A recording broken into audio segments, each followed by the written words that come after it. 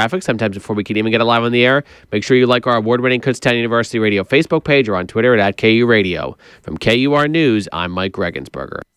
Any views or opinions expressed on KUR are not necessarily those of Kutztown University, Kutztown University Student Government, Kutztown University Student Services Incorporated, KUR staff and management, or other affiliated organizations. He fires, and it is good for a touchdown. It's gone! And Giroux's got it! And the Sixers have scored 9 in a row. Are you kidding me?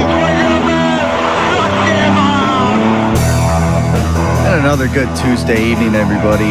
Welcome to the Tyler Werner Show, broadcasting right here on Kutztown Radio, McFarland Student Union Building on Kutztown University campus. And today obviously we don't have any new Eagles games to talk about, as it's, I guess, a bye-week edition of the Tyler Werner Show. But certainly we'll have, get to sit back this past weekend without an Eagles game and take a look at the rest of the NFL this past weekend, see what, we definitely got a chance to sit back and look at the rest of the NFC. Certainly, whoever wasn't on a bye, that is, and look at how a lot of these other NFC teams played, and obviously specifically the NFC East. You had the Dallas Cowboys beating the New York Giants, amongst plenty of other games to talk about on the Tyler Werner Show today. We didn't have an Eagles game this weekend, but certainly a lot of as it pertains to the Philadelphia Eagles. Again, you could sit back this weekend and see a bunch of teams play, and I saw a bunch of teams that are kind of giant question marks right now in the NFC. And I mean, really, you can. I think I feel better after this week watching some of these other teams in the NFC. I feel better about the Eagles and where they stand, at least as far as making the playoffs this year. I think it's, obviously last week and the past couple of weeks, it's really been up in the air as far as, who's going to win this NFC East division, for example. Now, I guess the past couple of weeks, first they get shut out by the Eagles, 27-0. They dropped to 3-3, and now they lose to the Dallas Cowboys this past weekend. So now, now you have the Giants at 3-4. So I think it's going to be very difficult for them to, come out of, they're already banged up. Victor Cruz is done, and Rashad Jennings, who was definitely a help for them in the running game. It looks like he's done for a little while, and again, it just seems like, the Eagles certainly paved the way for as far as game planning against Eli Manning and everything for this season. They shut him down, and then now they dropped to 3-4. So I think, barring a miraculous run, I think it's safe to say that right now we can maybe lock it down with the New York Giants for the year, and I think they're done. And last week, I think we kind of, or maybe even a couple weeks ago, we kind of could confirm the same thing with the Washington Redskins, who went to Colt McCoy this past week in their game against the Tennessee Titans. Redskins finally win another game, and again, that it came against the Tennessee Titans, but. A few weeks ago, again, what looked like for the Eagles, what looked like a 3-team race for the NFC East. Really, after this week, it looks like it's the Eagles and the Cowboys, and certainly there's a lot we'll talk about today with as far as power rankings, which everybody likes to talk about. And where the Eagles fit in, specifically the NFC East as it pertains, the NFC pertains to the Eagles. We'll look at down the stretch, maybe between the Cowboys and the Eagles and their schedules. and how now, the way the Eagles headed into the bye, at 5-1, maybe bringing a little more legitimacy to the 5-1 after the way they just destroyed the Giants, who were hot at the time. We'll take a look at that in the Cowboys' schedule, amongst other things, on today's edition of Tyler Werner Show. And we'll, definitely break down, maybe compare down the line. I mean, I said too before, really for the Eagles, the 4-1 start or whatever else, a few weeks ago that didn't totally matter, but I said what was going to matter was basically how they played the rest of the season. Anyhow, whether they were a legitimate 4-1 at the time or not, that 5-1 game, that achievement heading into the bye this past week, I think it solidified them as a team that's you're going to expect to make the playoffs in the NFC, especially when you look around the rest of the conference, and there's just, and even the NFL in general, and there's just a lot of teams that, heading into the year, maybe you thought we're going to maybe get a wild card spot or, this and that, and, make a run for the playoffs. And, there's just a lot of inconsistent teams, I think, in the league, and just teams that maybe you can't figure out. At least that's certainly part of what I took away from this week and amongst other weeks in the NFL. For example, like the Chicago Bears, who just can't seem to win at home. Apparently, unlike what Dennis Green once said about the not knowing, the Bears are who we thought they were this year. I don't have a clue as to who they are really, but they are who we thought they were. I have no idea who the Bears are this year. For example, they can't win at home, and the receiving tandem they have that many people would say heading into the year, like, Alshon Jeffrey, Brandon Marshall. And then you got Matt Forte, versatile running back, and they just they lay an egg against Miami. That's an example, and then of course, the Seattle Seahawks, who coming off that loss to against the Dallas Cowboys the week before. That was a bit shocking enough, and here they drop to the St. Louis Rams, who are they're on their third string quarterback, and they've had their issues, and obviously, they haven't had a promising first several weeks to the NFL season, and here they just pull one out of nowhere. Russell Wilson makes history in that game. He becomes the first quarterback to run for over 100 yards while passing for over 300 yards in the same NFL game. And you would think with a performance like that, you would think that you would think that would have been an easy win for just looking at that alone, you would have thought, that's a easy win. The Seahawks bounced back after losing to the Dallas Cowboys the week before. But no, the Rams with, I guess fighting to stay alive at this point, I guess, in quite an uphill battle they would have to make a run at the playoffs. They just pulling out against the Seattle Seahawks, and before you know it, the Seahawks team that beat the Denver Broncos about a month ago as they headed into their bye. Suddenly I guess they were 2-1 heading into the bye, but they beat the Denver Broncos, and they looked on top of the world.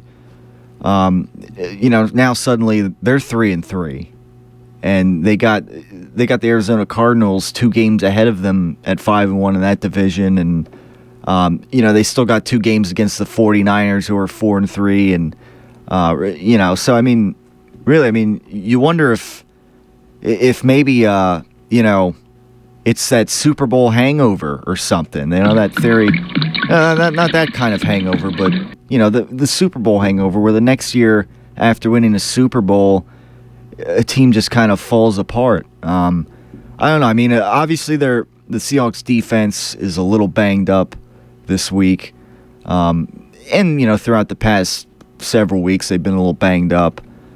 And of course they made huge news late last week when they traded Percy Harvin to the New York Jets for a conditional draft pick or whatever it was. And basically, I mean, I guess the idea here is somewhat of the Deshaun Jackson theory, is some have equated this to, that Percy Harvin was a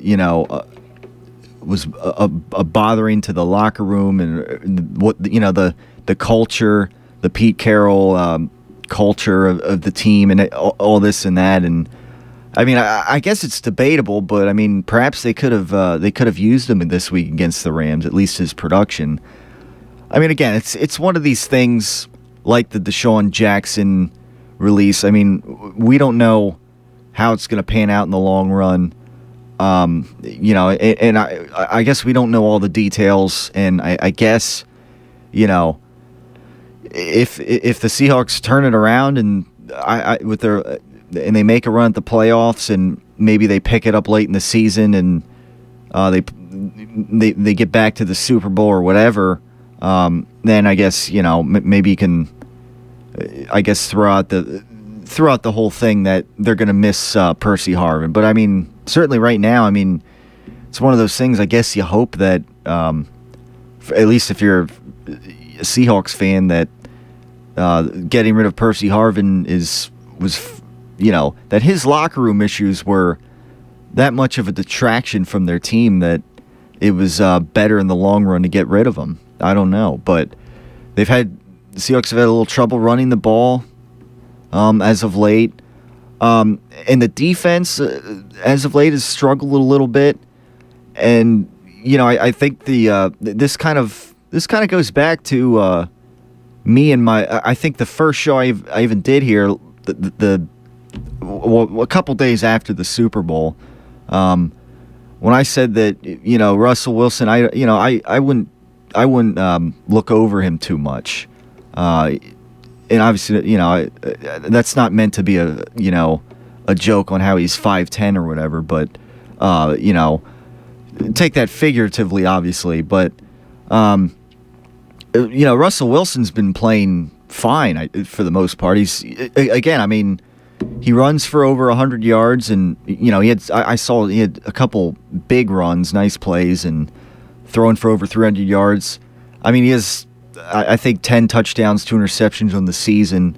So obviously his decision making second to none.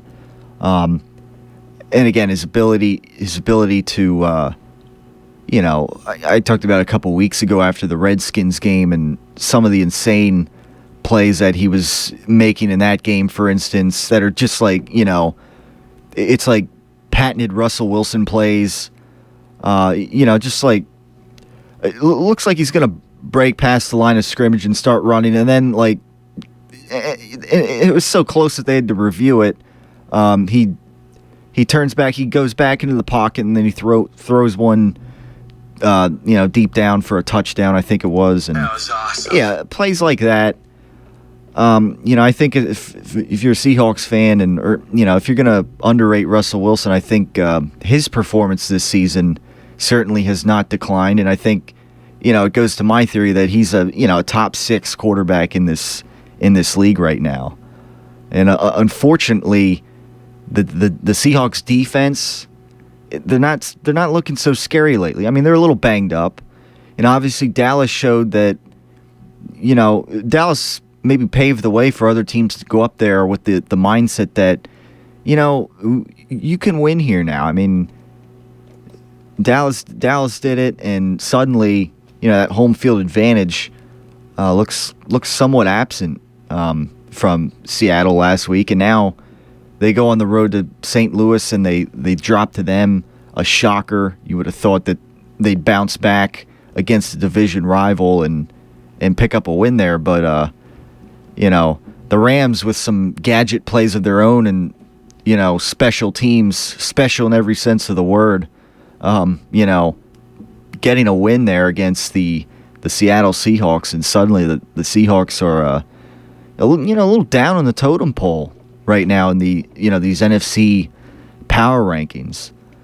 And again, that's a big game between after the Thanksgiving game, the Eagles have the Seahawks here at home, and you start to wonder with some of these games amongst other games, which again, I think today's going to be a day where we kind of go through the schedule, the rest of the schedule for the Eagles, and maybe recalibrate a little bit on what the Eagles can do. Go through playoff scenarios, possible playoff scenarios, power rankings, amongst other things.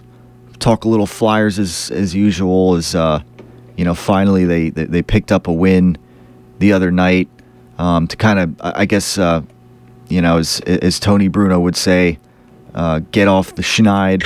And speaking of getting off the schneid, Jacksonville, another team that did that this week in the NFL against the Cleveland Browns. Again, the Browns, another example of a team that they looked great last week. They were talking about how, they might sign Brian Hoyer as the franchise quarterback now. The way he's playing, and then they lose to the winless Jaguars at the time, and the Browns lost their center and this and that. But again, it's just a lot of teams. The NFL right now to me is a bit of a headache, at least for the most part. A lot of teams that it's tough to figure out, really. So that's where we're at right now with the NFL, and we'll talk about all that today on the Tyler Werner Show.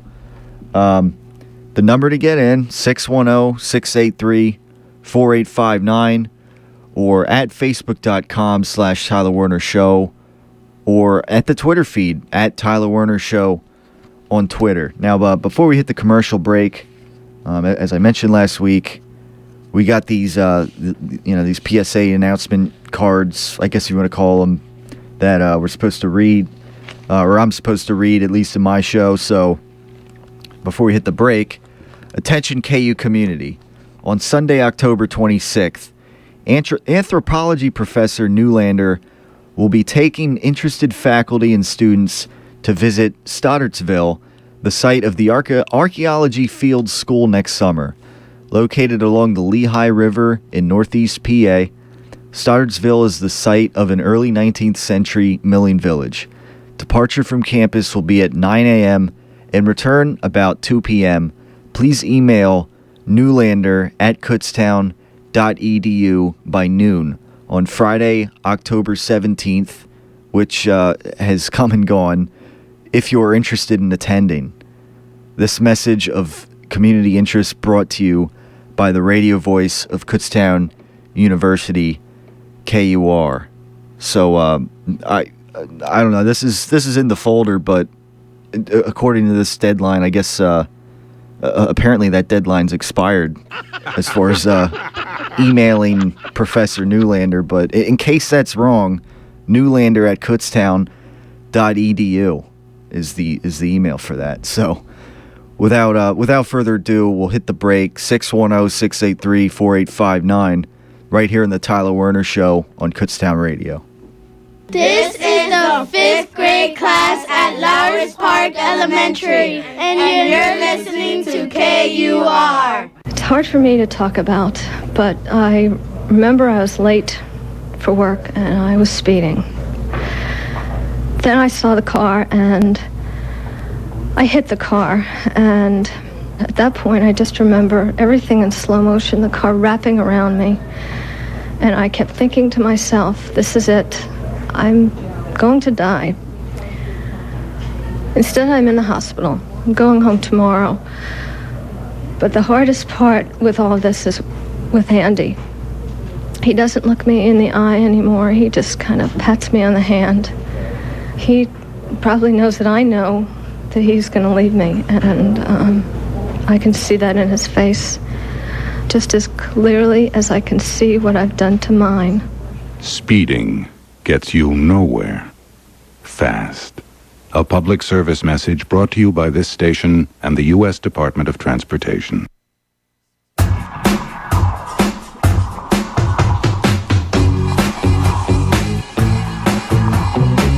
It's 6:24 right here on Kutztown Radio on the Tyler Werner Show today.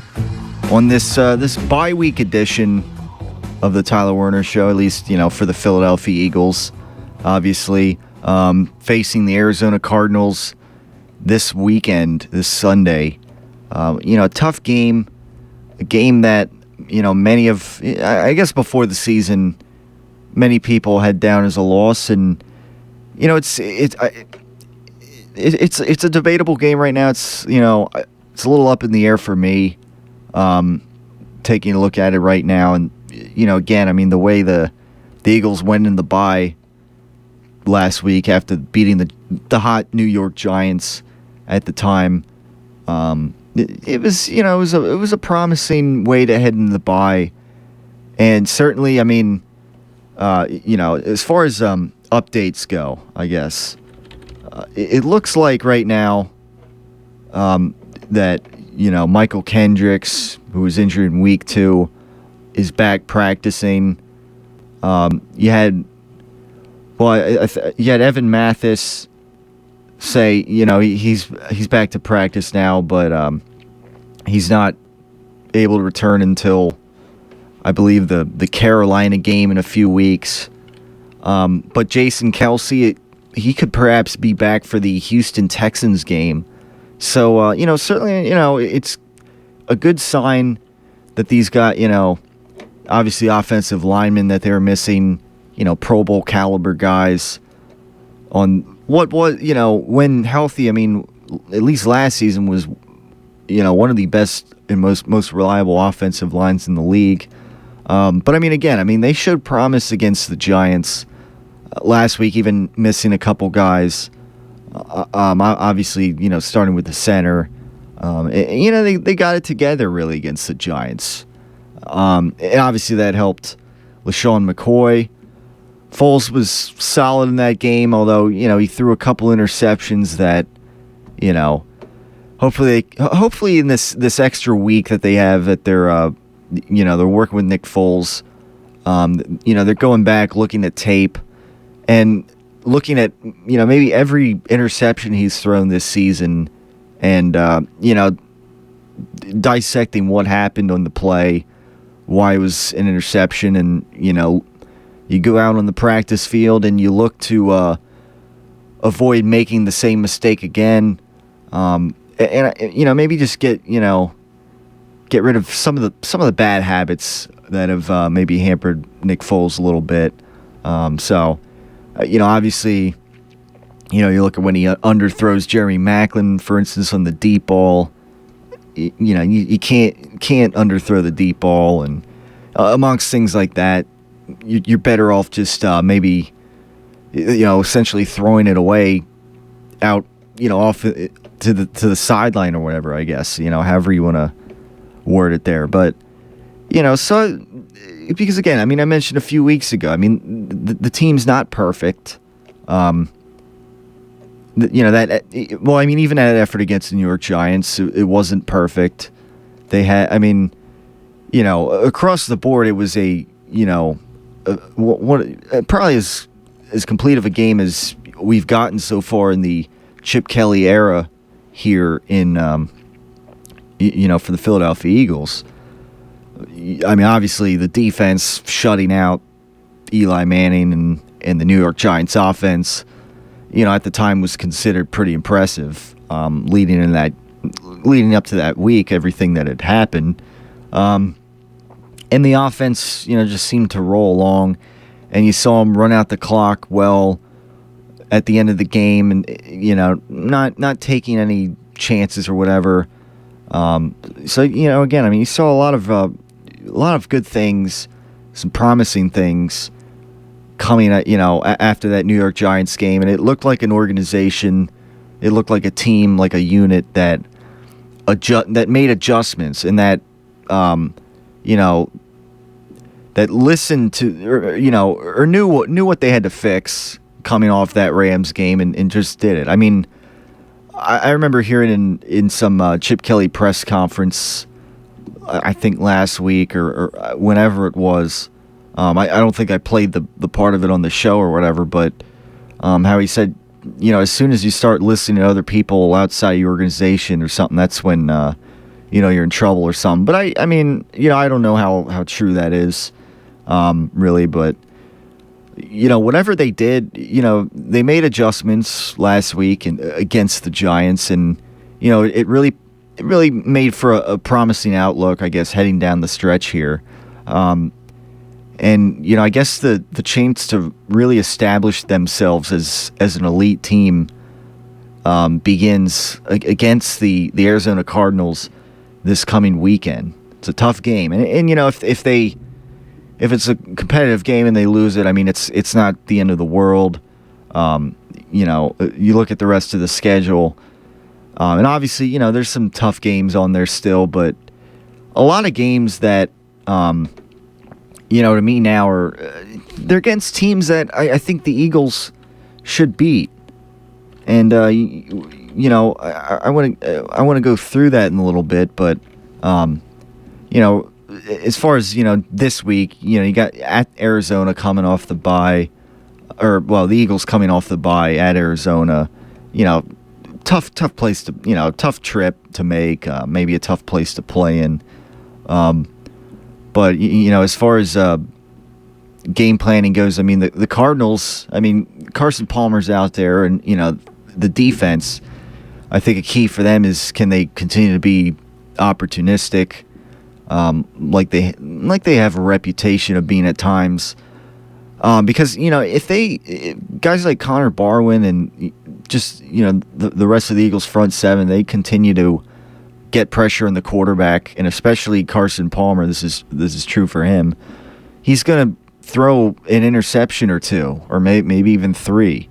He can. You pressure him, he can get a bit erratic. And, you kind of saw that with Eli Manning a little bit, even though they didn't really pick him off in the game.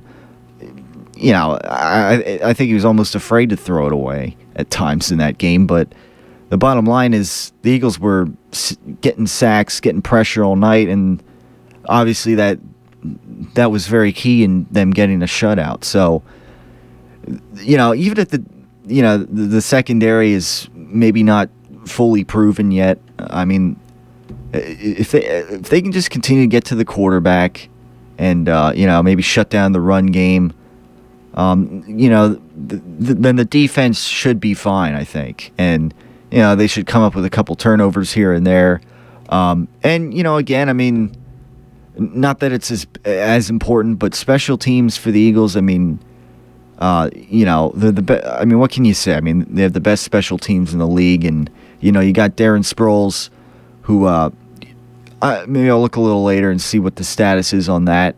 Maybe get a Sproles update, but obviously it would be nice to have him back for this Cardinals game. But obviously he's a big help in the punt return game and the kick return game. Certainly he's having in that department, he's definitely having a career year, along with kind of a career year in general so far.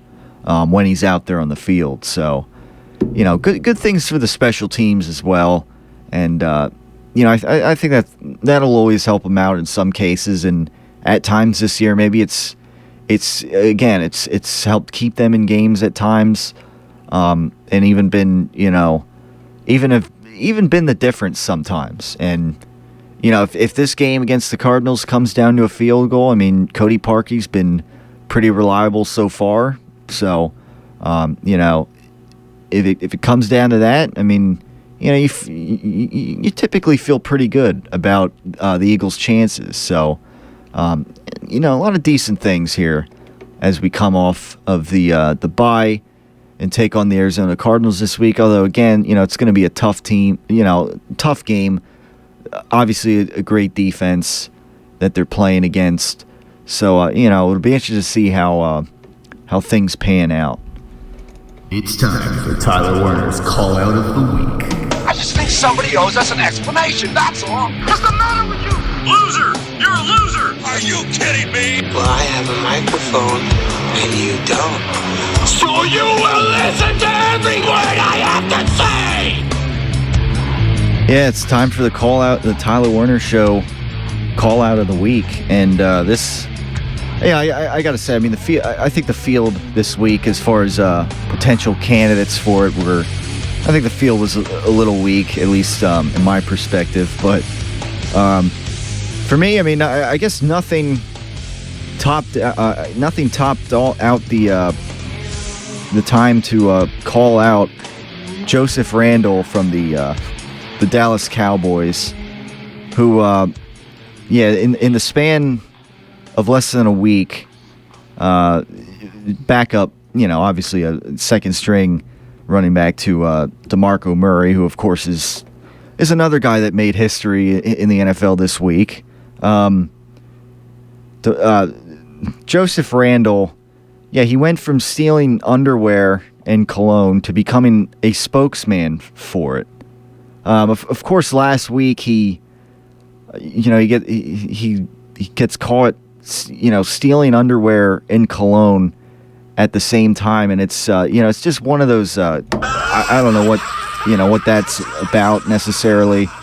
I guess that combination of underwear and cologne, and I don't know. The world may never know, but now I guess I don't even know what the Cowboys.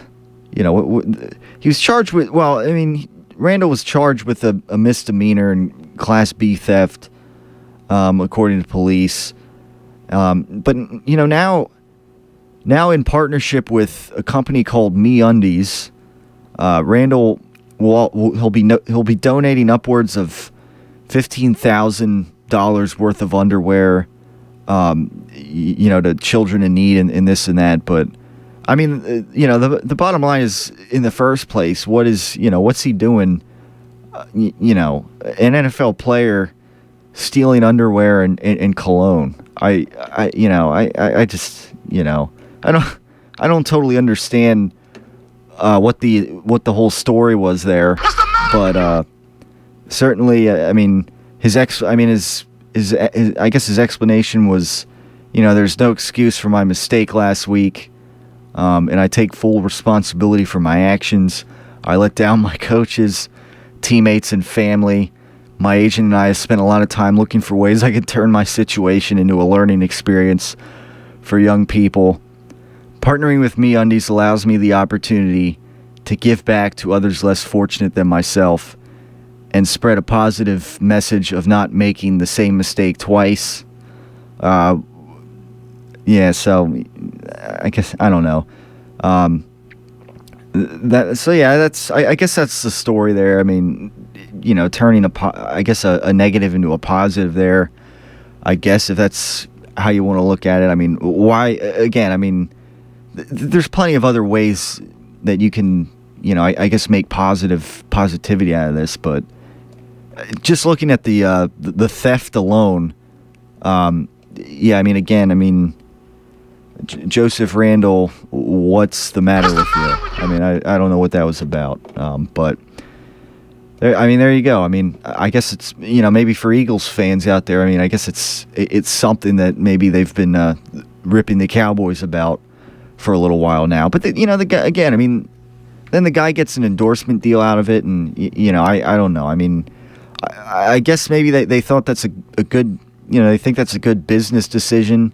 But MeUndies, I mean, I don't know who out there has even heard of MeUndies. I didn't hear about them until now. But I don't know.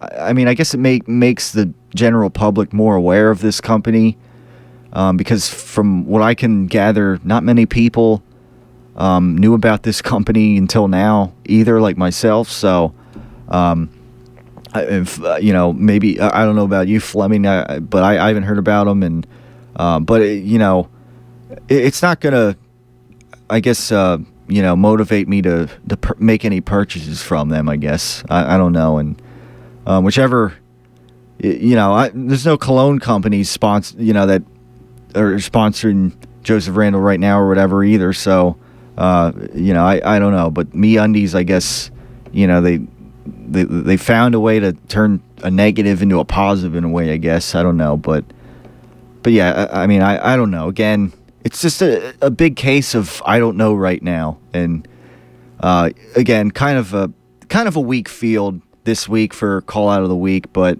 I think it has to go to Joseph Randall for that. So yeah, that's where we're at right now. 610-683-4859 is the number. Get in. We're at Tyler Werner Show on Twitter or at facebook.com/Tyler Werner Show. It is the Tyler Werner Show right here on Kutztown Radio.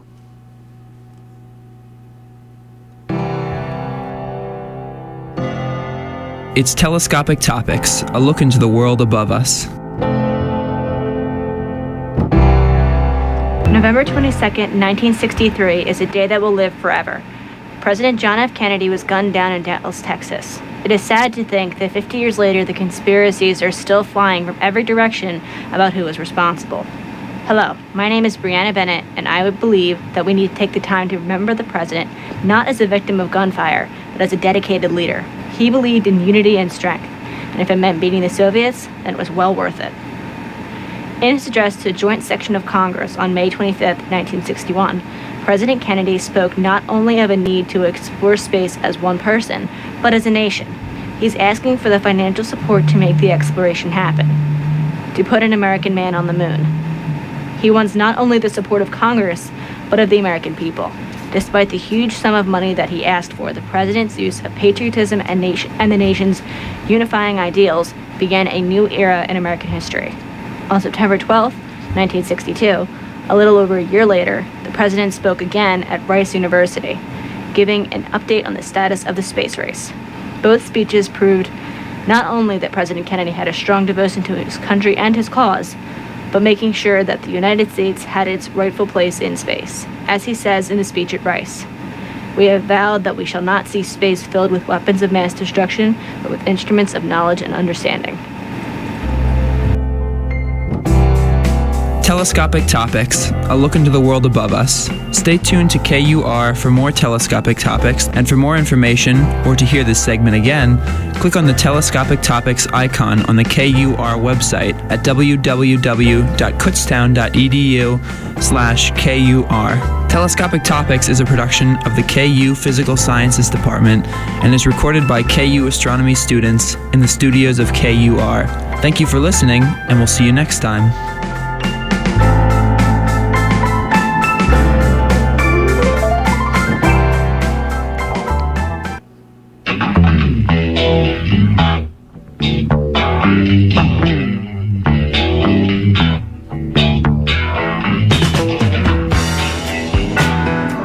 It's 6:42 on the Tyler Werner Show on Kutztown Radio. Right here on Kutztown Radio. I just said that. We got a lot of things to talk about still. We got the standings and power rankings. The NFL. We'll go through a little bit then. I just saw some breaking news. Speaking, I was just talking about Cowboys. The Cowboys, as of 2 hours ago, released defensive end Michael Sam from their practice squad. Of course, after the Rams released him, the Cowboys picked him up, early on in the regular season, and now the Cowboys have officially waived Michael Sam from the practice squad. And I remember that, I would have thought at that time, the Cowboys' defense, the way they've been, they could probably, use him in some way, or depth or whatever. But so far, the Cowboys' defense, I guess, has been, pretty all right. So, pretty good. So, yeah, I guess, now for Michael Sam, I guess it's another, case of, what's next, I guess. And, yeah, we'll see. A couple comments here. Let's see. Here's one. It's always funny when these things happen and you just, you see posts that come up. But A guy named Elliot says, and the last time we got news on anyone ever cut from a practice squad was ... never. And yeah, I mean, there's other people that make jokes about Michael Sam, being the first openly gay NFL player. And, to me that, it's a little out of line, I guess. You gotta, again, get over it and, I guess be mature, but, in that thread, I can already see there's other, there's all kinds of other jokes that people will put on, somebody that maybe doesn't deserve it, but so yeah, that's some big news, though, I guess, in the grand scheme of things when you talk NFL and even just casual football fans. Now before we get to the on-air fantasy, I guess part one for the day with me and Tyler Fleming.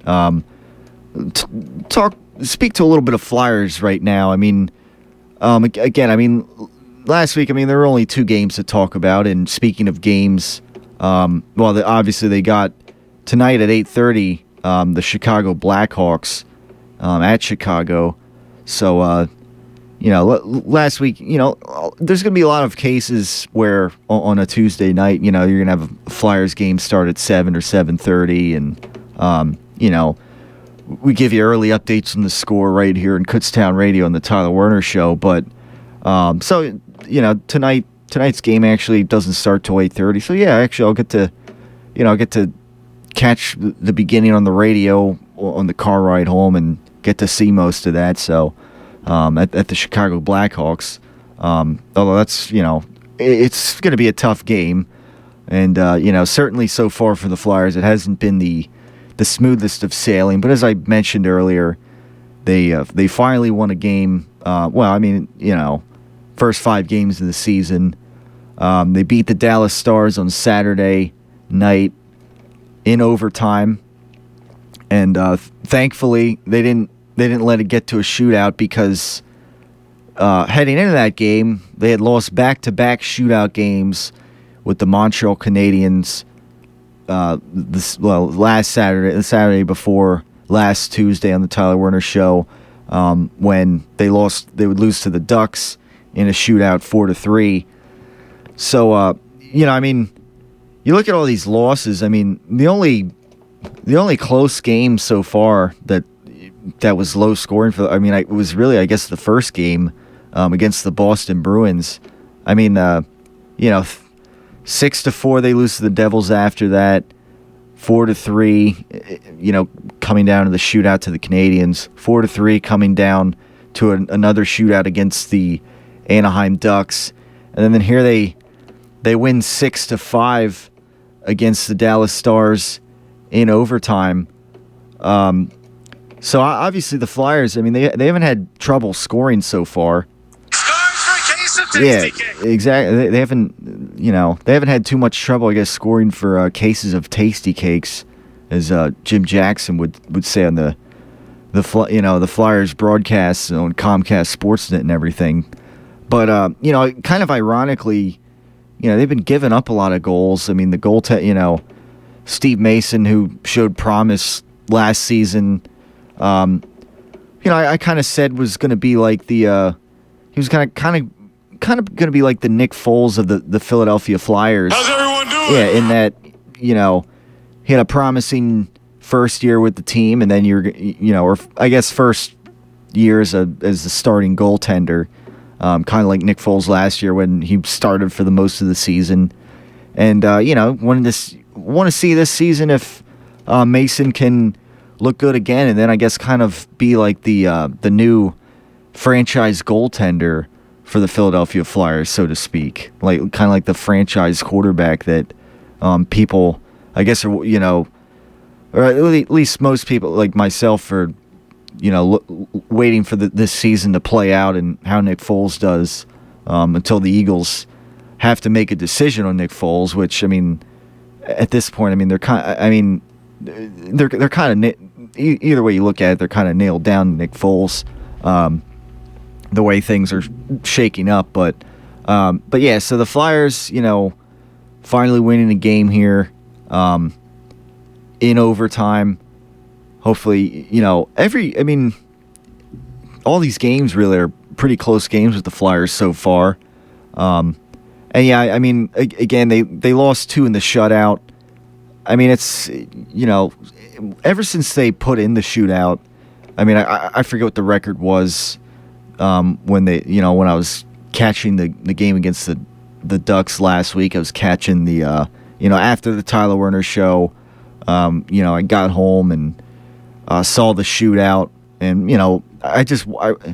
I'm not surprised when they get to a shootout. I just kind of like had this feeling that it's over, and it's like they might as well just like wave a white flag and head to the locker room at that point. I hate to say it, but I think they're historically the worst team in the shootout since they put that in years ago when after the lockout. So, but if they Claude Giroux getting a big game winner, Captain Claude, Captain Clutch against the Stars, put in the game winner against the Dallas Stars, who of these, I guess in the month of October, these 9 of 10 teams that were playoff teams last year, the Stars are they're among the weaker of those playoff teams. So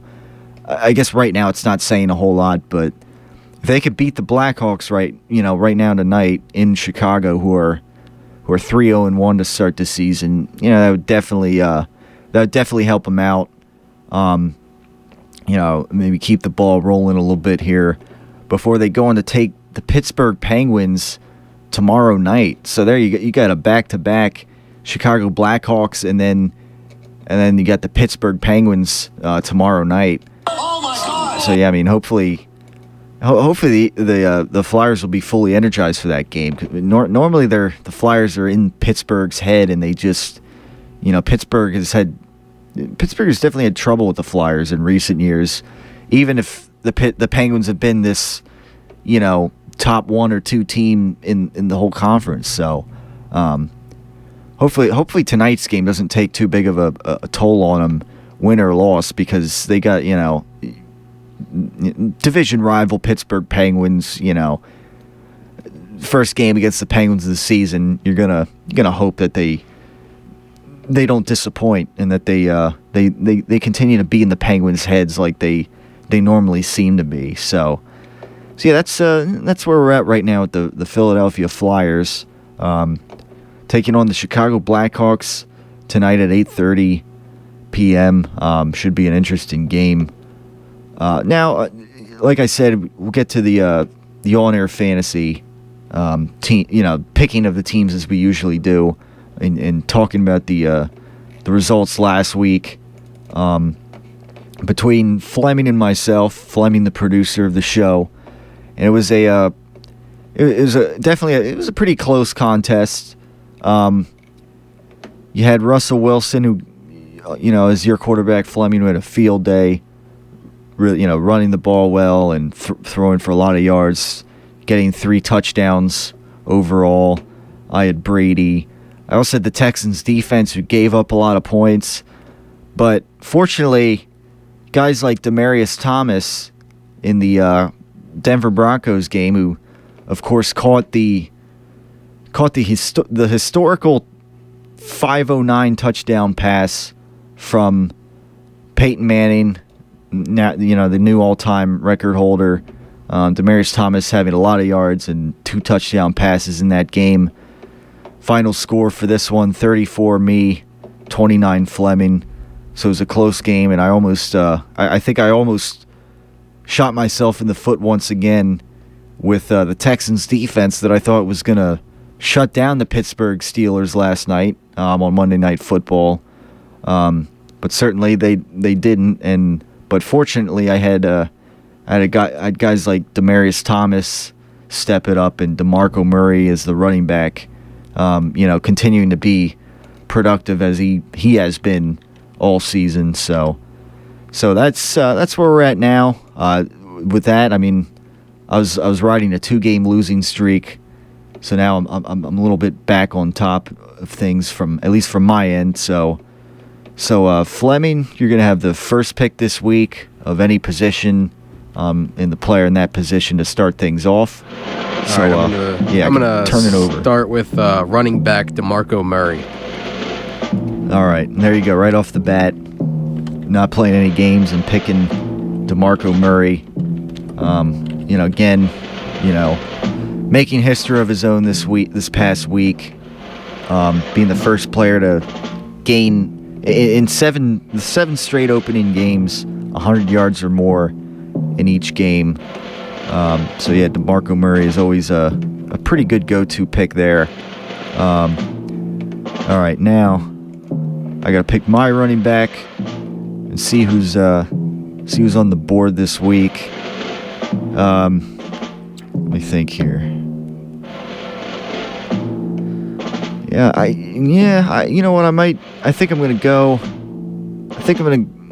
I'm gonna go Arian Foster from the Houston Texans. They play the Tennessee Titans this week. They should. I think Texans are bound to bounce back. So I'm gonna say they get out to a lead and they run the football a lot against the Titans. So yeah, Arian Foster's my pick for running back. And now I'll pick the next position. I think I'll probably go quarterback here. And last week I had Tom Brady, so I can't take him this week. But that definitely leaves some selections open for me. I guess such as Aaron Rodgers. I think I mean, the Saints are a bit of a mess this year, and Aaron Rodgers, just has been lights out the past several games. I mean, yeah, he's been lights out the past several seasons. Of course, one of the best quarterbacks in the league, but especially the past several games. So yeah, I'm gonna go Aaron Rodgers this week against the New Orleans Saints, who for whatever reason they're a mess. So yeah, now your quarterback pick. My quarterback is going to be Andrew Luck this week. All right, and yeah, that's always a pretty productive selection there. And now you pick the next position for you. I'm going to go with the wide receiver in Demaryius Thomas. All right, obviously coming off a big week. It's never a wrong pick, especially when Peyton Manning's throwing to him. So yeah, that. All right, yeah. For now, that'll do it for the on-air fantasy picks. So yeah, that's what we got right now. Oh no, I'm sorry, my bad. I didn't pick my wide receiver here. I gotta let me look at the board here before we shut that down for the moment. And let me see what I had last week. Yeah, I had Demaryius Thomas last week, who you got anyways. I had Dez Bryant, so I can't pick either of those guys. Let me see who I can pick this week. I might go. You know what? I'm actually gonna go. I'm gonna go Jordy Nelson. So there you go. I mean, Aaron Rodgers will be throwing to Jordy Nelson, and Jordy Nelson's been a pretty having quite a year himself. So yeah, we'll go Jordy Nelson for me. And now that'll conclude these fantasy picks for now. So yeah, that's that. And yeah, I mean, as always, I mean, coming up in the next hour, we're gonna start talking more of the around the NFL impressions, top 5 impressions around the NFL. My top 5 impressions around the NFL this week. On the board, certainly are going to be some negative ones, in a sense. Normally when I do top 5 impressions, normally it's inspired by, this team won, this team destroyed this team, or this team. It's going to be more like, what's what happened, and stuff like that. So yeah, we'll get into that in the next hour, and we'll take a look at more Eagles. Definitely, their schedule coming up down the stretch, and power rankings around the league, possible playoff scenarios for the Eagles, because there's a couple interesting caveats you could say that I find interesting, that things, the way things could turn out down the stretch for the Eagles. So if they don't win the division, for instance, there's scenarios that could work out in the Eagles' favor in a sense. So we'll take a look at that stuff, that stuff and more, coming up in the 7 o'clock hour right here on the Tyler Werner Show. 610-683-4859. And actually, I just reminded myself before we get to the break. Let me read another one of these PSA announcements, and hopefully there's no out of date dates on here or typos or anything that might have been on the last one. I agree. Attention KU community. Piper Kerman, best-selling author, prison reform activist, will speak at KU at 7 p.m. on Thursday, October 23rd in Schaefer Auditorium. During the presentation, Kerman will raise awareness of the effects of incarceration on individuals. Her lecture will be followed by a 15 to 20-minute question and answer session. In her memoir, Orange is the New Black, My Year in a Woman's Prison, Kerman recounts the year that she spent in the Danbury Correctional Facility for a crime she had committed 10 years prior. Compelling, moving, and often hilarious, the stories of the women she met while in prison raise issues of friendship and family, mental illness, the odd cliques and codes of behavior, the role of religion, the uneasy relationship between prisoner and jailer, and the almost complete lack of guidance for life after prison. Once again, October 23rd at 7 p.m. in Schaefer Auditorium. That's this Thursday. This message of community interest brought to you by the radio voice of Kutztown University, KUR. 610-683-4859 or at Tyler Werner Show on Twitter. We'll be right back after this on the Tyler Werner Show.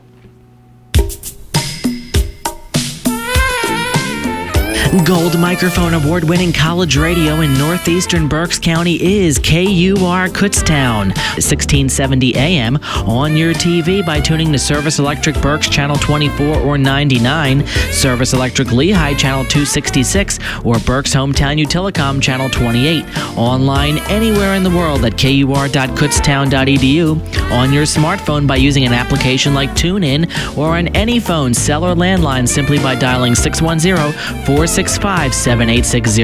Gold Microphone Award-winning college radio in northeastern Berks County is the radio voice of Kutztown University, KUR Kutztown.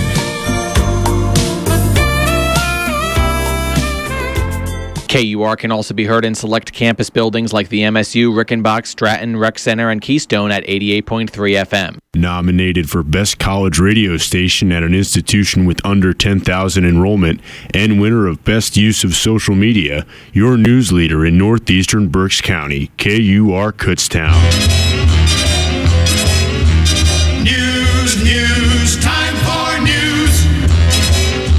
The KUR News Time is the top of the hour. I'm Mike Regensberger. After a lot of hype about a new business development in Kutztown, it appears the Kutztown Silk Mill redevelopment project has reached a dead end.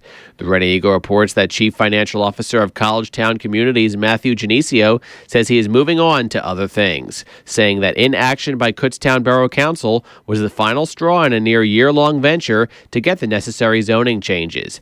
College Town Communities had wanted the borough to implement an overlay district that would have permitted for residential and community development along Willow Street, but the Eagle reports that the Kutztown Planning Commission and Borough Council did nothing to make it happen. Quote, "It's disappointing when you get no clear direction from community leaders," Genesio was quoted in the article as saying. There was hope for the project in the beginning, but somehow that sentiment changed along the way.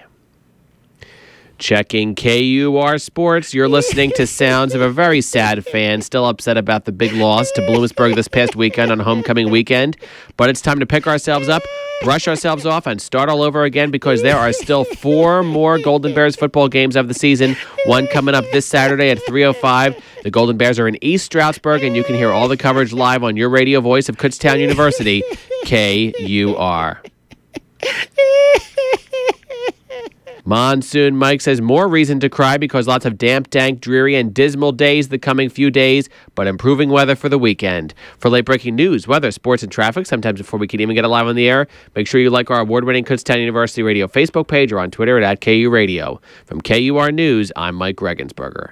Any views or opinions expressed on KUR are not necessarily those of Kutztown University, Kutztown University Student Government, Kutztown University Student Services, Incorporated, KUR staff and management, or other affiliated organizations.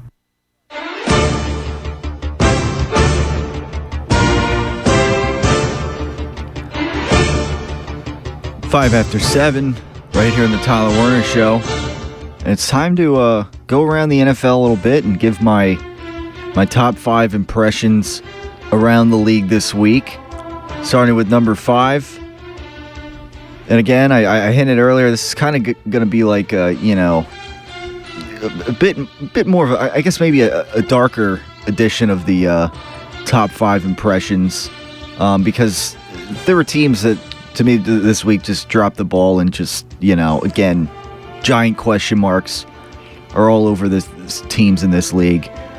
Starting with number 5, the Saints coming off the bye, they give up the game to the Detroit Lions this past week, and they dropped to 2-4. Again, I mean, the New Orleans Saints, I think of how they, we get Malcolm Jenkins from them, we get Darren Sproles from them, and, it looks like they might wish they had those guys back. The Lions, I mean, again, they're flying high right now, 5-2. But I think late in the season, they like the Cowboys, they're a team that tends to have trouble down the stretch late in the season, and the Saints, I would have thought, coming off the bye, Drew Brees, I mean, this Saints team, I would have thought they're gonna pull this one out, and it looked like they were going to until the last few minutes of the game. And they just, they surrender a pretty commanding lead at that time, and they lose 24-23.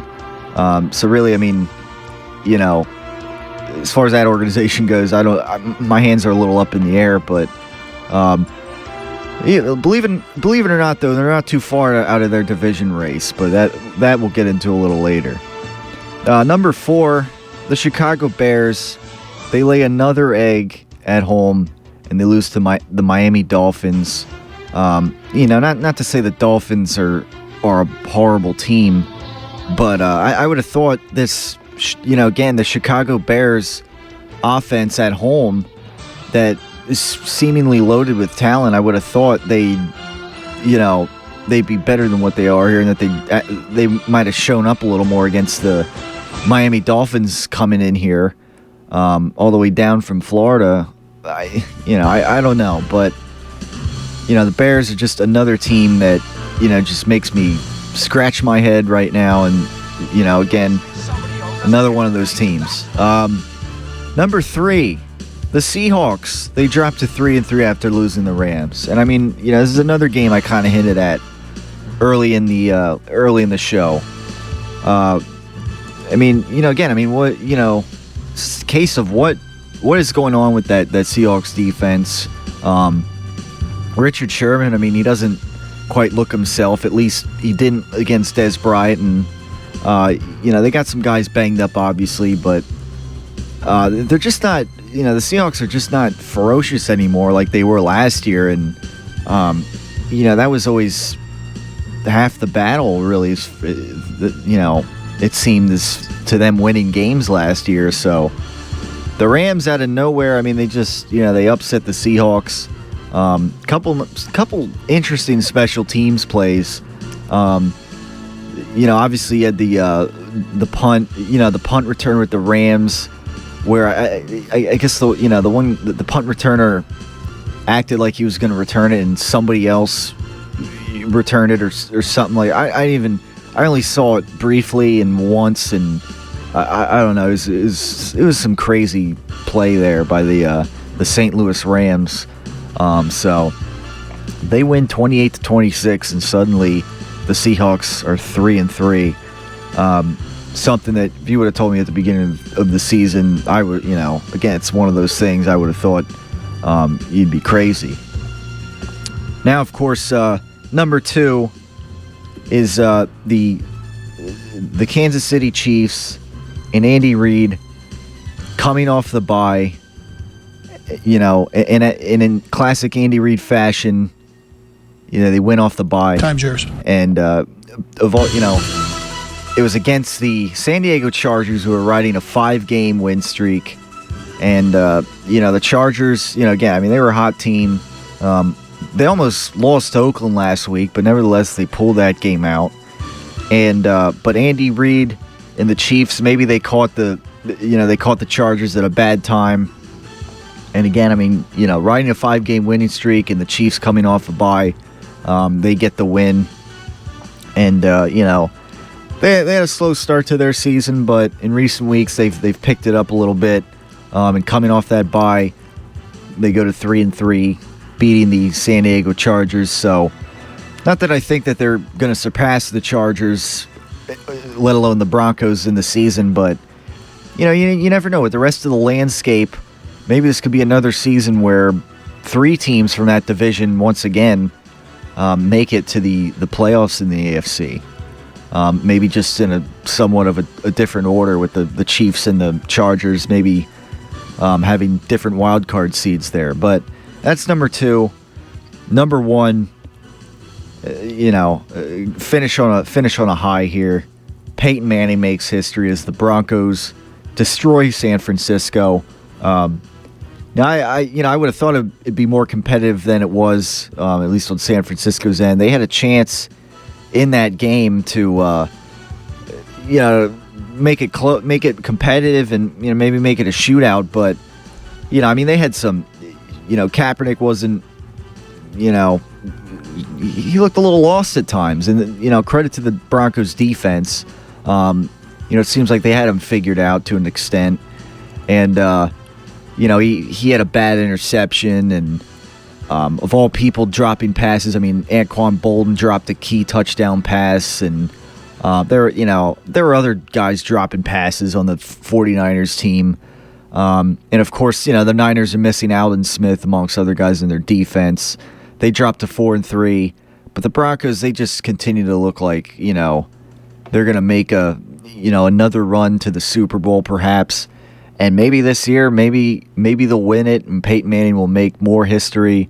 Obviously we'll see how the rest of the year plays out, but the Broncos, they just continue to roll, and they look very strong against the 49ers. Peyton Manning throwing 4 touchdown passes, breaking the record with the one to Demaryius Thomas. After the play, they were like, they took time to honor the achievement from Peyton Manning. Just a couple of receiver teammates playing some keep away from Peyton Manning. Nice moment there, and certainly Peyton and the rest of that offense didn't stop there. They laid a beat down on the 49ers, and again, the 49ers, they had a chance to, keep that game close at one point, and they kind of just, they just didn't. They weren't all there, and so they dropped to 4-3, and the Broncos, they moved to 5-1. They take on the Chargers this coming week, so that's an interesting game. The Chargers coming off a loss to the Chiefs, and the Broncos just riding high. That's an interesting game right there. And of course, I mentioned Andy Reid. I actually forgot to mention this last week, but while on his bye week, there was actually an Andy Reid sighting in Philadelphia, actually, in a Wawa. And I if you want to check out the picture, there's a picture I retweeted on my Twitter feed at Tyler Werner Show. It's not too far down. Picture of Andy Reid in a Wawa. I forget where the Wawa was. Upper Marion or something as far as Philadelphia area goes. He was at the picture shows him at a kiosk machine, looking like he was gonna make an order. Let's go have a ham sandwich. I don't know, maybe he was gonna order a ham sandwich or something, but I don't know this. So, somebody called Andy Reid and took a picture, and there you go. So Andy Reid was back in Philadelphia, maybe something with some his old home here, in Philly, and before getting fired from the Philadelphia Eagles and moving down to Kansas City. I don't know, maybe dealing with some of his property there, but so yeah, that I found that rather interesting on Andy Reid's bye week. That'll do it for thoughts around the NFL. And let me give some more word here on some of the things going around on Kutztown University on the campus here this week. Attention KU community, the planetarium at KU hosts a variety of shows and events this fall. All shows begin at 7 p.m. and are open to the public. The planetarium is located in Grimm, and all shows are followed by a Q&A with Dr. Phil Reed. One such event is on November 12th, Curiosity Mars Rover Update, Chronicle of a Journey to Earth. Admission is free. This message of community interest brought to you by the radio voice of Kutztown University, KUR. Our old friend Dr. Phil Reed, not Dr. Phil from TV, but Dr. Phil Reed here at Kutztown University.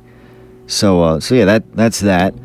Coming up soon, we'll talk all things Eagles, but the NBA season, the NBA regular season is coming up shortly. I mean, the preseason is coming to a close right now, and I wanted to ask you, Fleming, if you follow maybe how much you follow the NBA season, where your interest level is there. I know obviously you follow the Flyers pretty well, and you're an NFL fan. The Sixers. You follow the Sixers too often, or what they're doing right now? Before I maybe present a question to you. Maybe. Can you hear me, Fleming? Oh, yeah, he didn't have his headphones on. Sorry about that. What'd you say? No, that's all right. I was just asking you, if you follow, how much you follow the Sixers as their regular season comes up. I haven't followed anything, to be quite honest. Yeah, I mean, it's hard not to blame you. At least with the Sixers right now and what they're doing. They're in a huge. They started this reset phase, obviously. This tank mode, I guess last year, and it looks like they're going to do that again. But yeah, the Vegas over under for the game, is pretty historically low. Last year. I want to see how many games that these Sixers even. I don't even remember. It was. I think it was like the low. I think it was 22 games last year, that they won. But Vegas. Along with myself, can kind of say that they believe that this season is going to be another tank job. The over under for the Sixers this year, for those who aren't aware, is games to win is 16.5 games. So really, it's going to be another season. It looks like that we're going to have to sweat out here. Oh God, these are suffering, and this is our moment of great despair. It's going to be it's going to be suffering to watch, another season here with the Sixers. But I mean, I guess it's hopefully it's better for the long run as they tank another year, they get more high draft picks next year, and they can, Nerlens Noel is he's being brought out in the fold this year, and a couple of years from now, Dario Saric will, playing over in Europe right now, should hopefully be playing for the Sixers in a couple of years. So, amongst other guys that, hope to see maybe thrive in this league, some young guys. So, that's where we're at right. I mean, there's not going to be a lot to really talk about with the Sixers this season, but yeah, that's the over 16 and a half games, which is lower than last season. So, yeah, and is also the lowest projection for all NBA teams.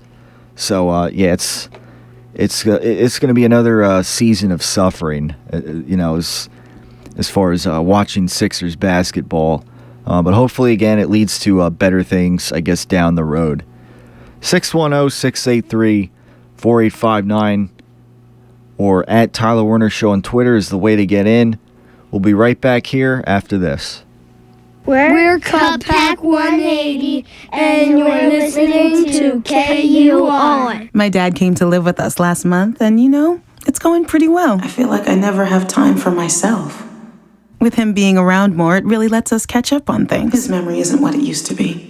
We get up and we have coffee. He usually wakes up at 4:30. Then we go for a walk. He needs lots of my attention. I do need to keep an eye on his medications, though. That's important. Sometimes I feel like a pharmacist. I'd say John and the kids are adjusting pretty well. They honestly have no idea what I'm going through. It can be a little challenging. Help. But so far, so good. I could really use just a little help. For those dealing with the daily struggles of caring for a loved one, we hear you. That's why AARP created a community with experts and other caregivers for advice, tips, and support. Together, let's help each other better care for ourselves and the ones we love. Visit aarp.org/caregiving. A public service announcement brought to you by AARP and the Ad Council.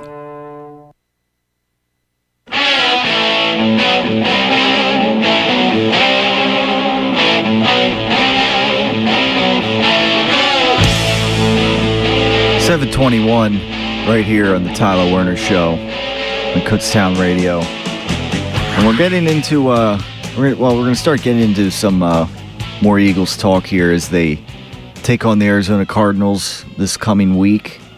And, maybe I think first before maybe I go through the rest of the schedule and, maybe where they can win or lose some games.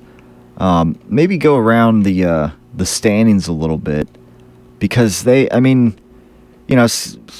what's going on around the rest of the NFC. It's definitely interesting right now where they stand.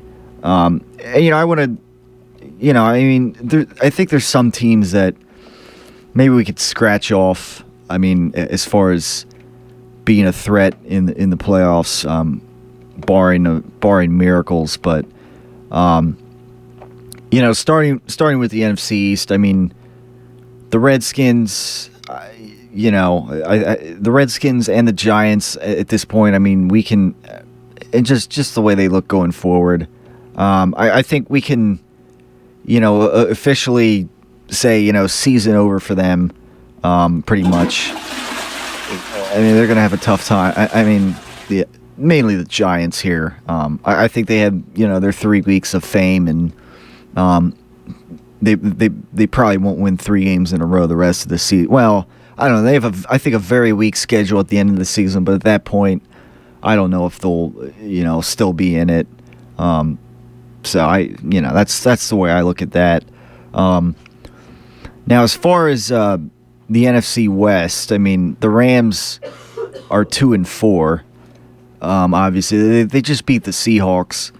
But I have a tough time believing that to get a wild card spot, say go 10-6, 10-6 or whatever, I mean, I have a tough time believing that they'd finish 8-2 to do that, especially in that, that division. They're at the bottom looking up. So, I think we can, say that they're done pretty much. And then you go to the NFC North. The Vikings, obviously, they have their issues. They're 2-5 right now, and they're at the bottom. And the Bears, again, I mean, early beginning of the season before things started, I think I predicted them to be like a 6 seed, possibly a wild card spot. I was on the fence with them being a wild card team. They're now they're 3-4, and again, I mean, they're just a team that it's hard to figure them out at times. For one thing, you can't. They're 0-3 at home, so I mean, you can't win at home. I mean, you're kind of screwed, I think, for that matter. And they're just I can't figure them out, and they're just an inconsistent team. So at 3-4, I'm just gonna say they're done for the year. And yeah, we can. So you can shut the Bears and the Vikings down. As far as I'm concerned. And now you got the NFC South, where, I mean, realistically, I mean, the Buccaneers are, they're 1-5. They're rebuilding. The Falcons are 2-5 now. I mean, they were 2-1 once upon a time, riding high and looking like maybe they're going to be a playoff team again. But once again, I mean, they lose offensive linemen, and Matt Ryan is having trouble all of a sudden, most likely due to that offensive line being down, and they can't win on the road. So, I mean, I think the Buccaneers and the Falcons, obviously the Buccaneers, but the Falcons too now, I think you can scratch them off the list for the year. Now the Saints, they sit at 2-4 right now. So, I mean, and, I guess they have a chance, I guess that NFC South division, which is, now a crap division, essentially, even though at the beginning of the year I thought the Panthers, Saints, and Falcons, that was going to be a good threesome of teams there. The Panthers are leading that division right now at 3-1, but, I mean, I'm just, I'm not impressed with anything the Panthers are doing, I mean, right now, so... They get destroyed by the Packers the other night. So, essentially, the winner of the NFC South is essentially going to be the 4th seed in the playoffs, and we'll either face a wild card Philadelphia team or a wild card Dallas Cowboys team. I'm thinking most likely that's how that's going to shake out. And essentially, the wild card is going to be favored to win that game. So it's one of those situations. The way it's at least for me, it's the NFC South is a weak division, and I mean 9-7 might win that division, or I guess for the Panthers, I mean 8-7-1 for that matter might win that division. So. That's how I look at it. As far as, before I get into power rankings here, before I, maybe go through the teams that I think are actually in playoff contention, I wanted to go through and, just basically rule out everything, everybody who, barring a miracle, has no power really when you talk power rankings. So that's that's how I wanted to rule those teams out. So you rule out the Rams, the Redskins, the Giants, the Bears, the Vikings, and the Falcons and the Buccaneers. Yeah, I mean most likely I would rule out the Falcons, but then again their division is pretty weak right now. That they could make a miraculous run down the road and win it, but. Either way, whoever wins that division is not going to be a very good division win. So yeah, knock those teams out of it. now for my, now we get to the actual power rankings here. I said last week, if you're going to do power rankings, you're going to have a legitimate power ranking right now. After beating the Seahawks at the time, you had to have the Cowboys at number 1 after that week, and obviously they beat the Giants this week. I mean, the Giants, they kept it close throughout in the first half, and it looked like maybe they could end the Cowboys' momentum there, but they just kind of folded in the second half, and clearly the Cowboys rose up. So the Cowboys, right now, number 1 in the NFC if you're doing power rankings. Of course, the Eagles coming off a bye, so you can't totally, obviously there's a bit of a numbers disadvantage there as far as games played, but so you have that. Although you wonder if now maybe that the Seahawks losing to the Cowboys, now that the Rams beat the Seahawks. You wonder if the Seahawks are the same as last year. Super Bowl hangover. They're banged up. A couple of their guys from their defense went to Jacksonville. Coached by former Seahawks defensive coordinator Gus Bradley. So, that Cowboys win. At the time it was definitely considered a huge deal. Although now, you're starting to wonder if. Maybe the Seahawks just aren't that good. If maybe they're not who we thought they were, as Dennis Green. Unlike what Dennis Green would say. Once upon a time against the Chicago Bears. But so I'm not trying to take that away from the Cowboys beating them, but we'll see how the Seahawks do the rest of the way. But now that the Rams beat the Seahawks in that situation, I don't know. That, to some extent, that takes a little bit out of the Cowboys beating the Seahawks last week. If the Seahawks would have destroyed the Rams, then obviously I think that Cowboys win would still mean as much as it did. But now it's like, suddenly the Rams beat them out of nowhere, and it's like, the Seahawks are a bit of a question mark right now. So Cowboys have it number 1 kind of by default right now, as far as NFC power rankings goes. And then, 2, I think the temptation, of course, here is to, say, it's either the Eagles or the Cardinals. But this is, for my personal power rankings, I go the Green Bay Packers at number 2 right now. And I think in the long run, they might have the best chance of actually getting home field advantage now. Now, obviously, you look at the way the Packers have been playing. With the exception of the game against Miami that was close last week, which in kind of classic Aaron Rodgers fashion, the Packers come back and win at the end.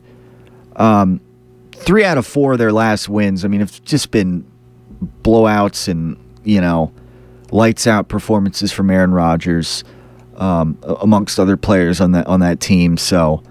I think, and not only that, the Packers down the stretch, it seems like they have a pretty easy schedule.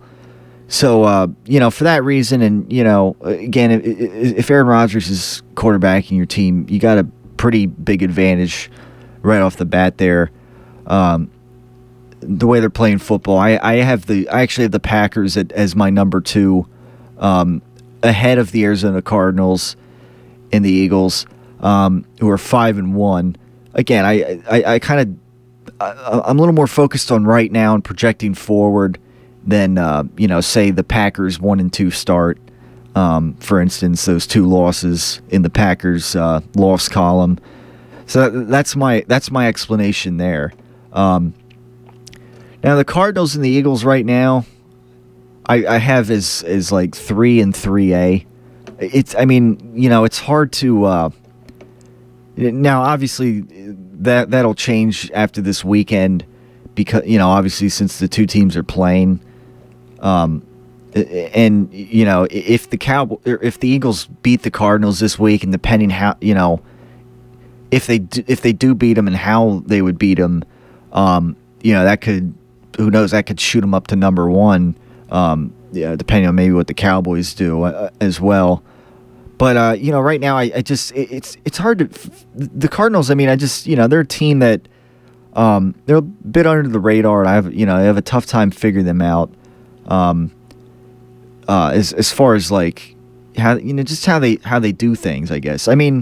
It's odd because they've had three different starting quarterbacks at times during this season. Obviously, Carson Palmer's back now, but and they're obviously their defense is strong. The Raiders. Even the Oakland Raiders kind of played them close this past week, and the Broncos.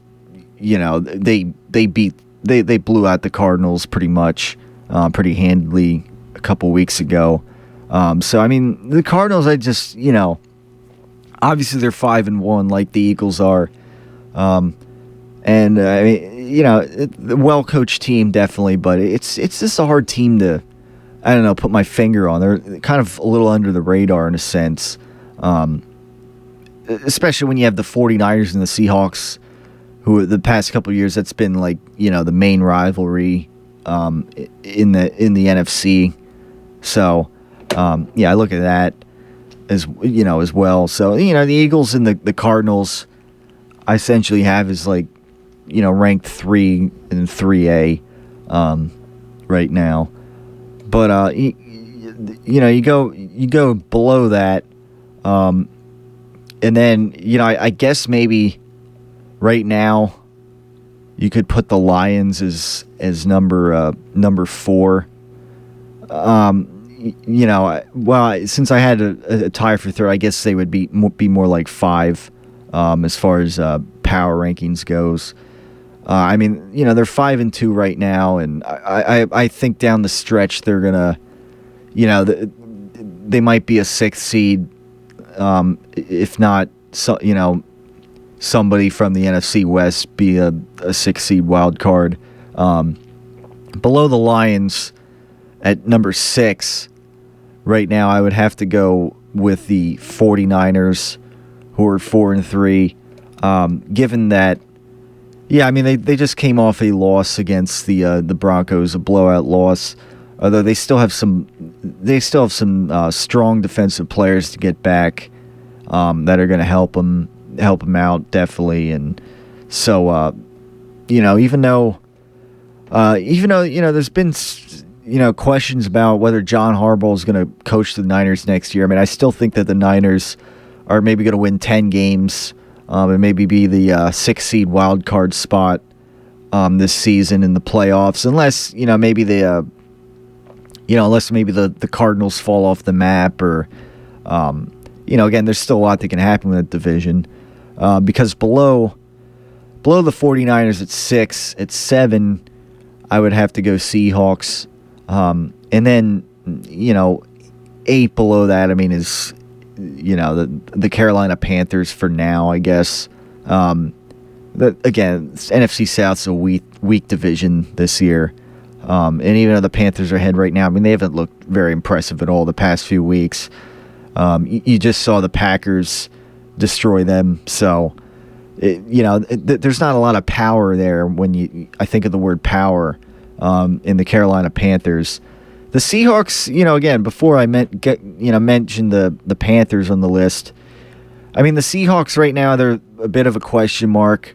Now, to me, one of the least, I guess I don't know how to word this here, but the guy that to me is not a question mark is Russell Wilson on the Seahawks right now. He's been, again, people said last year how, the Seahawks, Russell Wilson only looked good because they had a good running game and because they had a good, this great defense and everything else. But, Russell Wilson from what I gather, has kind of been the main reason they were in the Rams game last week, and some of the plays he was making, and so that's really that right there. I mean, down the stretch, I mean, the Seahawks right now, I mean, it's hard for the Seahawks to get. It's really hard for them now to get home field advantage,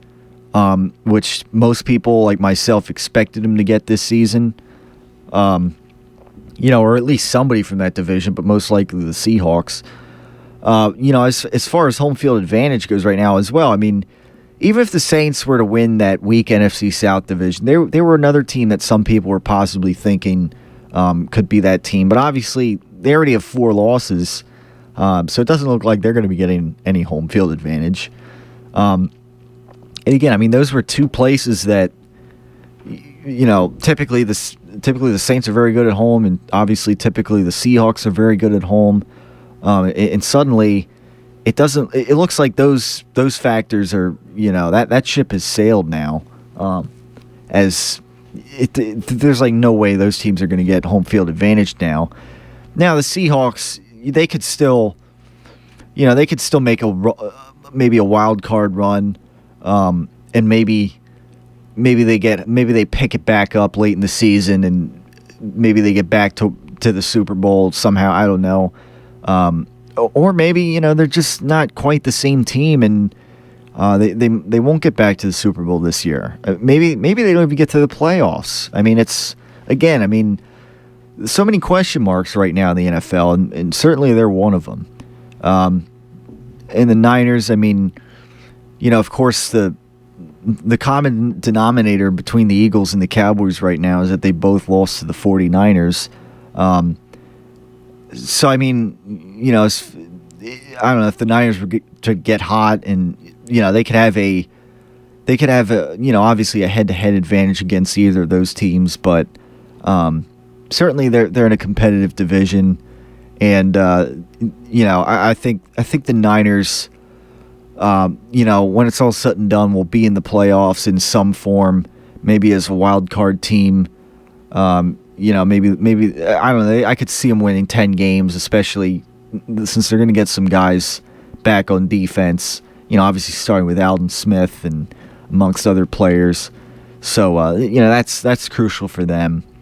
But really, I mean, going back to the upper end here, with the Eagles and the Cowboys. I mean, the Eagles. I mean, they continue to play like they kind of showed against the Giants. I mean, certainly they can. Their schedule is a little tougher than the Cowboys down the stretch, but as far as just making the playoffs, either way you look at it, I'm not too concerned right now with where the Eagles stand, because again, there's so many other question mark teams, and I as far as even if the Eagles don't win the NFC East, if they're a wild card team, which I think most likely now, I mean, you recalibrate, and I'll go through the schedule in the next segment here on the Tyler Werner Show, but I think at very worst now that the Eagles will go 11-5, and I mean that's better than the 10-6 that I would have originally had for them this season, but I think either way you look at it, the Eagles or the Cowboys will be the 5th seed in the playoffs this year, and most likely that'll probably mean that they'll play the winner of the NFC South, and will most likely beat that team. And I think that would be a good spot for the Eagles, even if they don't win the division. So we'll take a look at that coming up in the next. The final segment here of the Tyler Werner Show for today, right here in Kutztown Radio. 610-683-4859 is the number to get in, or at Tyler Werner Show on Twitter. We'll be right back with this. I'm Steve Majiri, host of KU Live. Tune in every Tuesdays at 2 p.m. for all things Kutztown University. We will discuss everything ranging from school news, sports, and upcoming events, along with frequent appearances from student government to discuss new policies. We will also have members of ACE, the Association of Campus Events, to come in weekly to discuss what new activities are coming to the university. Tune in to 1670 AM or listen to us online at www.kutztown.edu/KUR or on your smartphone by downloading the TuneIn app. You can also listen to us via any phone by calling 610-465-7860. KUR, the radio voice of Kutztown University. KUR, the radio voice of Kutztown University, and Golden Bears football is your winning combination this fall. KUR is now your official radio source for all KU football broadcasts on the road. I'm Matt Santos. Join me live from the booth in my 23rd season of Covering the Team as my special guests and I bring you each and every exciting play from the 2014 road slate. We'll be at Slippery Rock, Gannon, Millersville, East Stroudsburg, Shippensburg, and Clarion, wherever the Golden Bears go. All broadcasts will begin 10 minutes before kickoff. That's KU football on the road, all this season on KUR, your exclusive radio home for Kutztown University Golden Bears football. Time to play the game. Time to play the game. It's 7:15 right here in the Tyler Werner Show, and yes, it's time to play the game where we're gonna go down the rest of the Eagles' schedule right here on the Tyler Werner Show, and of course, you know, amongst other games, pick the rest of our on-air fantasy teams with me and Fleming before we close down the Tyler Werner Show for today. But you know, as far, you know, again, I mean, the Cardinals this week, I mean, you know, flip a coin right now. I hate, you know, a couple weeks ago I wasn't sure about the Giants game, and you know, right now I would hate not to have a prediction for that. But I have to say, coming off the bye, I think maybe it's just some positivity here in the Eagles' end, but you know, I think the Eagles' defense and they have some things that they could build off of from that big New York Giants win. Some things that the defense did really well, and I think if they get to Carson Palmer, I think they're going to benefit in the turnover department, and you know, extra week to rest.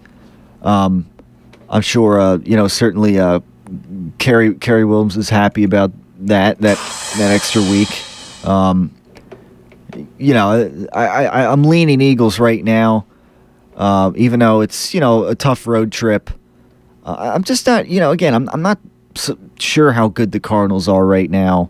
And you know, as far as what I have to work with the Cardinals, I mean, you know, they beat the Raiders this week, and they, you know, before that, they get beat badly by the Broncos, and you know, so I don't know, they're 5-1, but you know, as far as the Eagles and what I have to work with most recently, you know, it's that they made a lot of adjustments to the criticisms that they were getting, whether they were listening to the criticisms or not, and you know, they really looked pretty complete, with the exception of a couple, you know, Nick Foles interceptions. But other than that, I mean, I think something definitely to build off of and throughout the bye here, and perhaps, you know, perhaps they go down to Arizona this week, and they beat the Arizona Cardinals.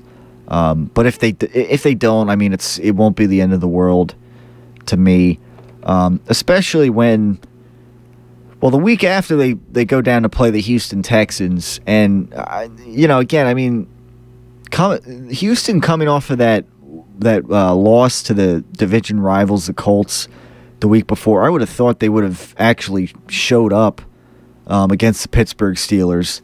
The Steelers, who, you know, they looked like crap against the Cleveland Browns, the week before. The Cleveland Browns, they go and they look like crap against the Jaguars, and you know, just have a bunch of AFC teams that I just can't really figure out right now. And you know, again, I mean, it comes down to the same 4 teams in the AFC to me, right? 4 or 5 teams, I guess, that, as far as playoff teams goes. I mean, the Broncos and the Patriots, obviously. The Ravens look like they're back on track and they're going to win that division this year again. The Colts and Andrew Luck, and the Chargers and Phillip Rivers. That's kind of what it comes down to. And then there's just all these other teams. The Texans, now they fall to 3-4. If the Eagles, they lose to the Cardinals, I think they'll bounce back and beat the Texans. So either way you look at it, they could probably go 1-1 out of those 2 games. If they beat the Cardinals, I mean, depending on how the Texans look this week, I don't know. I mean, but really, I mean, I was really disappointed with how the Texans performed last night against the Steelers on Monday Night Football. That game's not as tough as it may have looked a few weeks ago. At home against Carolina, that could definitely be a tough game still. But, I mean, the Panthers, they just look like a question mark. So, I mean, out of these 3 games here, I think the Eagles can go 2-1. But I mean, certainly they could. I mean, if they beat the Cardinals this weekend, they could beat. I'm sure they can beat the Texans and the Panthers.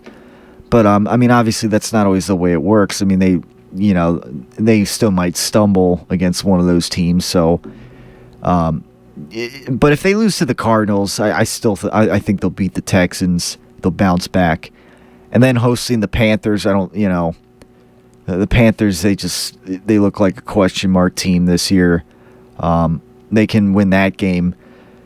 At Green Bay, that's a loss, and obviously I'll stand by that. Beginning of the season, that's a game that most people like myself had as a loss, and I don't think I'll be changing that anytime soon. The way Aaron Rodgers and the Packers are playing. Now, if somehow they host the Packers in the playoffs or something, maybe a different story or revenge game.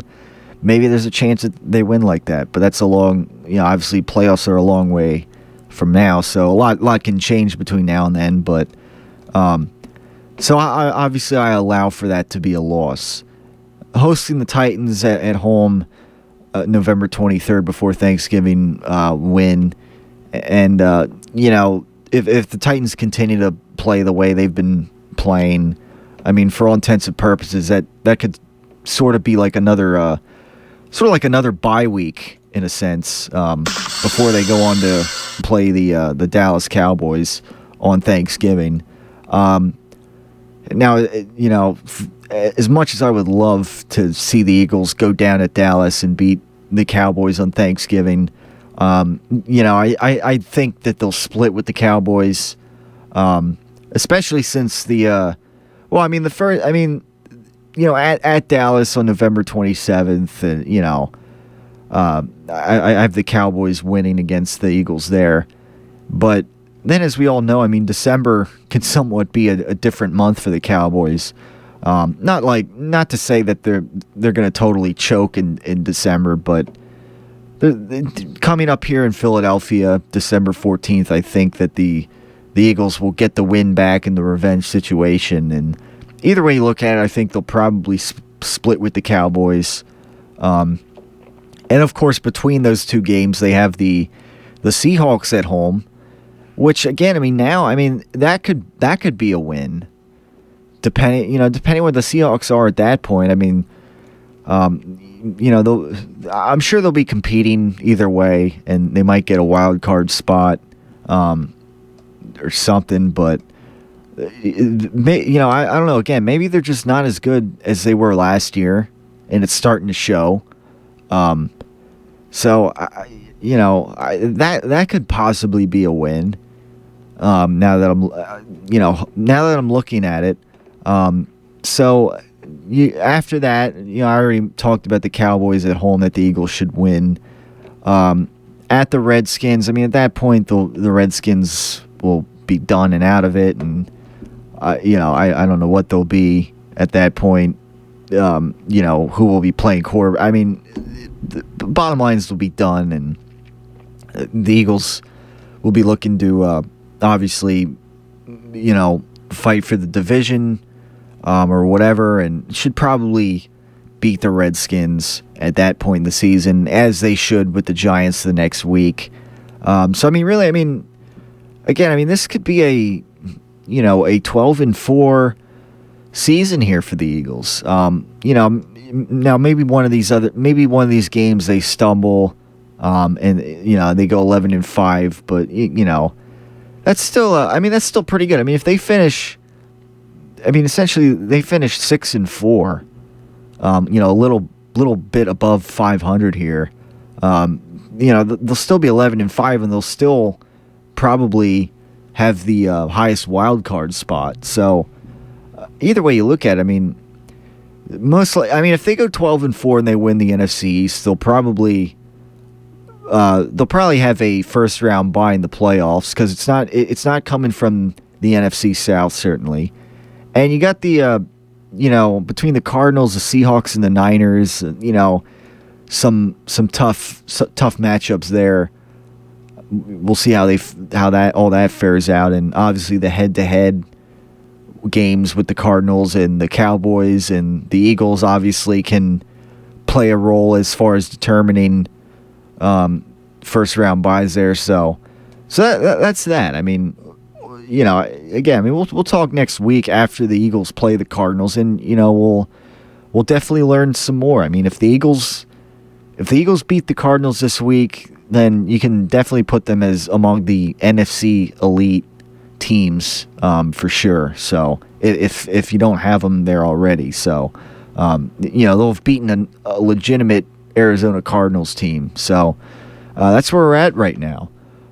Before we close the show down, let's get back to the on-air fantasy, picking the teams, and we left off with Fleming picking wide receiver first, and then me almost forgetting to pick my wide receiver at that point. We'll get back to the picks.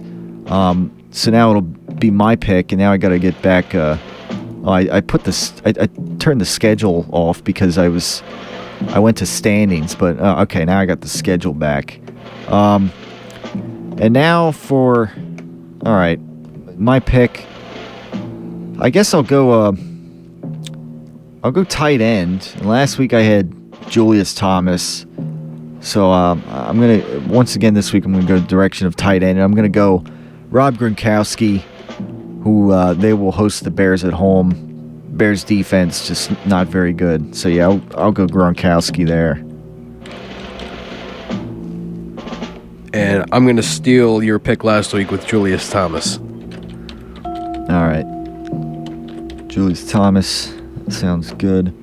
Now your pick. I think I'll go wide receiver with Julio Jones. All right, Julio Jones from the Falcons, and they're hosting the Lions. Now for me, wide receiver, I went Jordy Nelson, and I got to pick somebody else. Let's see. I can't take Des Bryant this week. Let me looking down the board here. I'll go Antonio Brown, the Steelers, taking on the Colts. It might be a high-scoring game. And the Steelers' offense actually came out of the woodwork a little bit last week, so yeah, maybe that'll help me out there at wide receiver. And now my pick. I'll go with defense, obviously, before I go kicker. I gotta be careful here with defense, because it's either burn me or come close to burning me in recent weeks. So let me look across here and pick something that maybe I could be a little sure of as to who's gonna shut down who. And I can't take Texans, obviously, even if I wanted to. Let's go.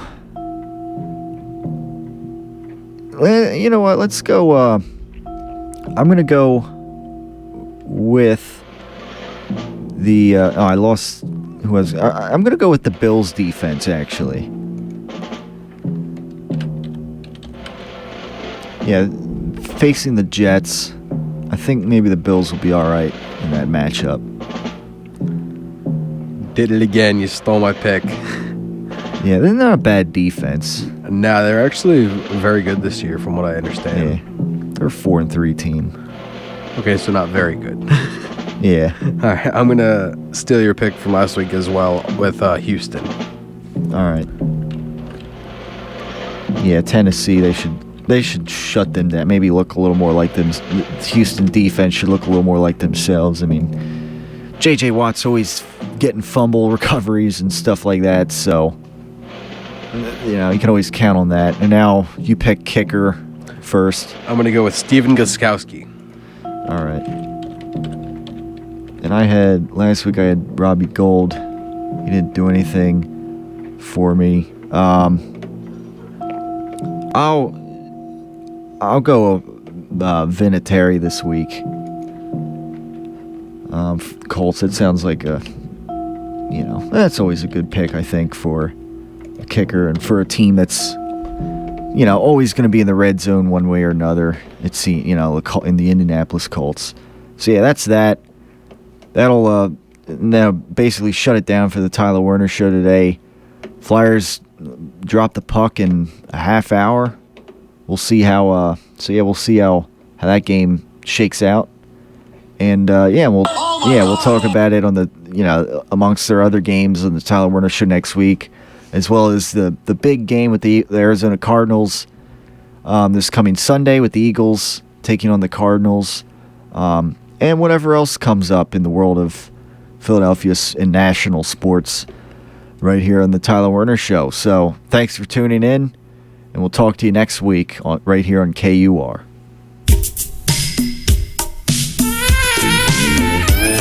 It's the top of the hour, and you're listening to the radio voice of Kutztown University, KUR Kutztown. We can be heard on campus at 1670 AM throughout Eastern Berks County as the audio backdrop of KUTV.